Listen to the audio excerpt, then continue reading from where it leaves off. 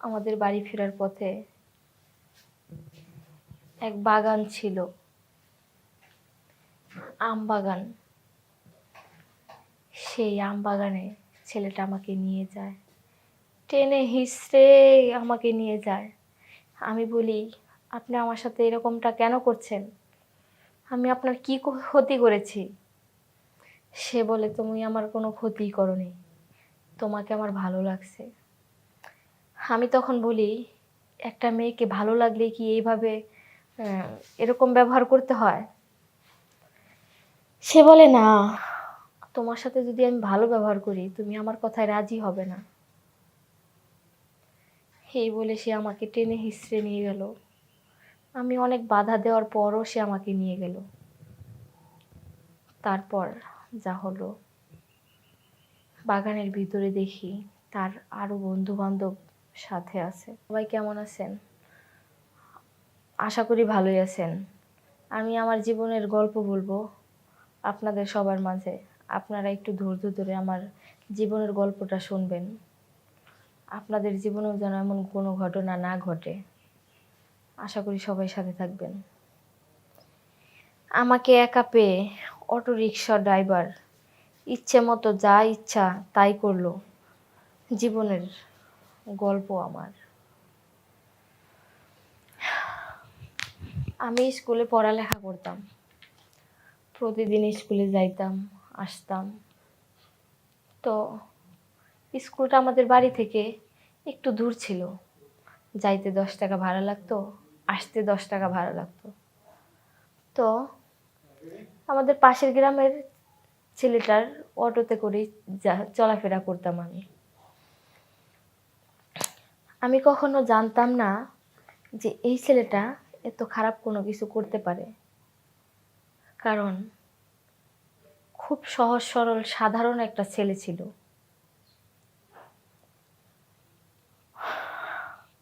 ওকে অনেক বিশ্বাস করতাম।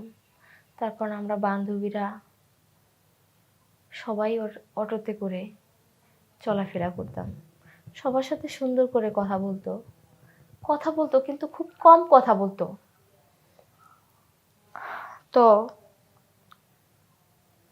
একদিন হঠাৎ আমি আমার এক বান্ধবীর বাসায় যাই। বান্ধবীর বাসায় গিয়ে আমার বাড়িতে ফিরতে অনেক রাত হয়ে যায়। তারপর সেই অটো, যে হয়তো আমার পরিচিত অটো, রাস্তায় যখন তাকে আমি দেখি অবাক হয়ে যাই। অবাক হয়ে মনে একটু শান্তি পাই, কারণ আমি বাড়িতে তাড়াতাড়ি পৌঁছাইতে পারবো। কারণ আমার মা বাবা বাড়িতে অনেক টেনশনে আছে। কিন্তু টেনশন তো কমলো না, আমার বাবা মায়ের টেনশন আরো বেড়ে গেল।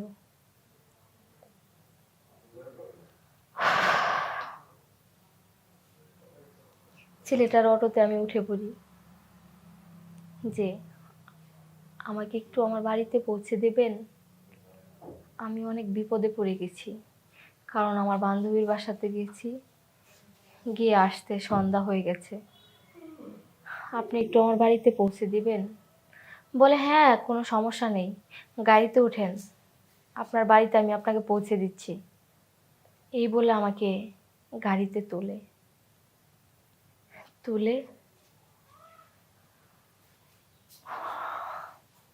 আমাদের বাড়ি ফেরার পথে এক বাগান ছিল, আম বাগান। সেই আম বাগানে ছেলেটা আমাকে নিয়ে যায়, টেনে হিঁচড়ে আমাকে নিয়ে যায়। আমি বলি, আপনি আমার সাথে এরকমটা কেন করছেন? আমি আপনার কি ক্ষতি করেছি? সে বলে, তুমি আমার কোনো ক্ষতিই করোনি, তোমাকে আমার ভালো লাগছে। আমি তখন বলি, একটা মেয়েকে ভালো লাগলে কি এইভাবে এরকম ব্যবহার করতে হয়? সে বলে, না, তোমার সাথে যদি আমি ভালো ব্যবহার করি তুমি আমার কথায় রাজি হবে না। এই বলে সে আমাকে টেনে হিঁচড়ে নিয়ে গেল। আমি অনেক বাধা দেওয়ার পরও সে আমাকে নিয়ে গেল। তারপর যা হলো, বাগানের ভিতরে দেখি তার আরও বন্ধু বান্ধব সাথে আছে। তারপর তাদের মনের ইচ্ছা যা ছিল সবই আমার সাথে পূরণ করে জোর জবরদস্তি অবস্থায়।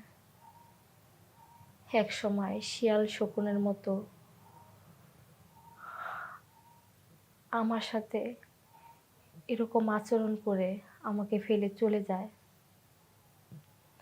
আমি যে এত রাতে উঠে বাড়িতে আসব এরকম শক্তি ছিল না আমার। আমার বাবা মা সারা রাত উঠানে বসে কান্নাকাটি করতেছে, আমার জন্য টেনশন করতেছে, কিন্তু আমি তো আর আমার নেই। কিভাবে আমি বাড়িতে যাব? বাড়িতে যাওয়ার মতো অবস্থায় আমি নেই। তারপর সকাল হলো, সকাল হতে মানুষ বাগানে কাজ করতে আসলো। তখন ছিল আমের দিন। আসার পরে আমাকে এই অবস্থায় দেখে আমার কিছু ছবি তুললো। ছবি তুলে আমার বাবা মাকে খবর দিল।